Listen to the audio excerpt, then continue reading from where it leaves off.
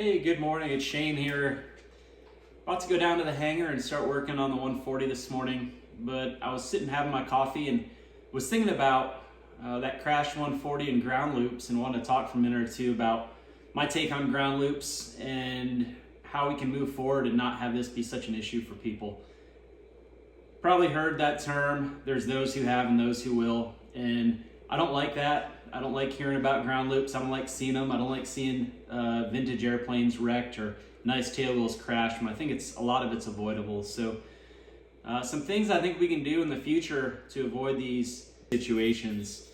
First of all, don't accept anything less than precision. When you're out there flying, don't accept yaw when you shouldn't have yaw.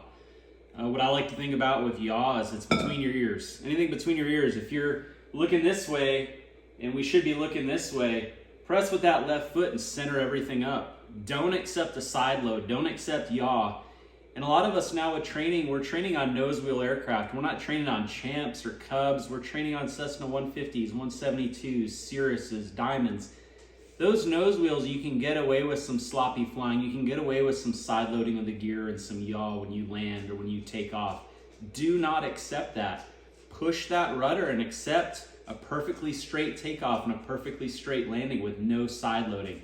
Think about those winds when you take off or land. Think about what effect those are going to have on the airplane before you take the runway or as you're on final waiting to land. This precision, if you take it into your flying of a tailwheel, will pay dividends. Even if you're a nose wheel pilot, it will help your gear, it'll help your tires, it will help you be a professional aviator. Next, if you are going to fly a tailwheel, and I encourage everybody to go out there and get some tailwheel time, don't fly past your ability level. Tailwheels are susceptible to crosswinds. If you are a new tailwheel pilot, don't go out there and fly in a 20-knot direct crosswind. Work up to that. Work up to those skills and challenge yourself first in calm winds. Work up to a 5-knot, a 10-knot crosswind. You don't have to try and impress anybody. You don't have to impress yourself. When it's going to end in a ground loop, it's a very embarrassing incident. So work your way up to those crosswinds. You'll get there, and you'll have the confidence to handle a lot with the experience that comes along with it. Lastly, a point that I hate hearing, and people say, if you're a tailwheel pilot, you need to dance on the rudder pedals. You need to have happy feet. I don't like that. You need to be deliberate with your control inputs. So when I fly, I think about what those crosswinds are going to do to me and what the yaw is giving me, and deliberately I put in an input. As I put in that input, does it work? If it doesn't work, I'm going to ask myself what happened real time, and I'm going to either add input or I'm going to subtract input, but there's a reason for doing so. Dancing on the rudder pedals, you don't know what input you're giving. It's kind of like in a nose wheel. If you come down final and the yoke, you're stirring the pot of the yoke. You're putting in so many inputs, you've kind of lost track of what's going on with the airplane. That can be dangerous because now it's just timing. You're hoping at landing you have the correct input in at the exact second you touch down. What I would like to see is when you're flying a tailwheel, deliberate inputs. As you add that rudder, you're taking out the yaw. If that works for the winds, hold what you got. If it doesn't, you add some more. But please, this dancing on the rudder pedals or stirring the pot, I don't think it's a very precise way to fly. And as a pilot, we always want to try and be more precise. Well, that's it for now. I'm going to go to the hangar and get working on that 140. We're going to get it back together and have a nice flying airplane soon. Thanks. All right, hey guys, welcome back. Today we're going to cover some more repairs, or actually some more work on the 140 project.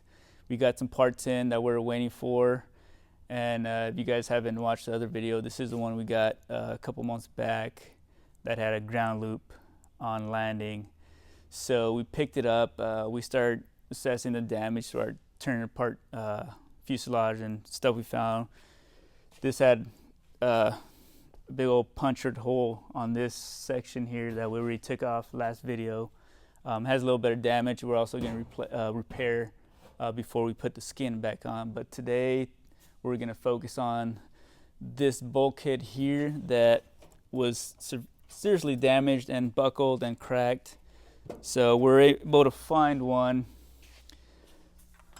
from a salvage yard that's ready to go, all inspected. Everything was good, no cracks, no damage. So we found one that we're going to put on there. Same with the the tailwheel housing that got damaged on the ground loop. As you can tell, the difference there. This one obviously is the bent one. So we got this. We also found that. And so today, yeah, we'll go ahead and at least put the bulkhead on there, take it out, clean it up, and put it on there, fix the rest of the damage that it has, and start going, we'll start assembling as we need to. And what I want to cover today also is the